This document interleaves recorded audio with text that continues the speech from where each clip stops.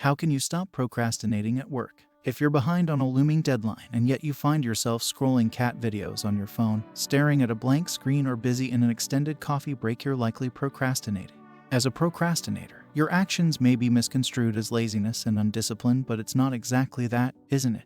Procrastination happens even to the most motivated and the best of workers. You're not alone in this. Procrastination is an uncontrollable and an unintentional action wherein you stall an urgent, important action and indulge in a distraction of lesser importance. As a result, you're not only losing the outer battle of missing deadlines and putting your career at risk, but also losing your inner battle in which your inner critic beats you into a pulp, attacking you with ugly names, making you feel lousy. So, what can you do about it? Procrastination is not a reflection of your work ethic or character, but is often a psychological response to anxiety, fear of failure, or overwhelming pressures. It's a mental gridlock where the brain opts for immediate gratification to avoid discomfort, even when one is aware of the long-term consequences. Here's a simple yet effective way to beat procrastination. Get started. The key to overcoming procrastination lies in the simple yet powerful act of getting started. Initiating a task is often the most challenging part because it's where resistance is at its peak. However, once you make the first move, psychological barriers begin to crumble and momentum builds up.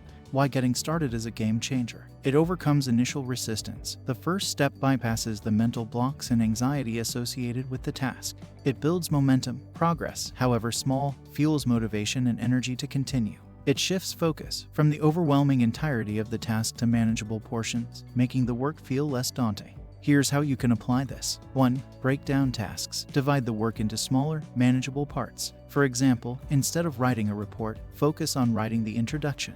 2. Set micro goals. Create mini deadlines to accomplish these smaller tasks. For example, complete the introduction by 10 a.m. 3. Use timers. Allocate specific time blocks for focused work. For example, work for 25 minutes, then take a 5-minute break. By simply getting started, you transition from a state of stagnation to a state of motion, and the anxiety associated with the task often diminishes. The focus shifts from the fear of the entire task to the accomplishment of the next small step, making the process manageable and less intimidating.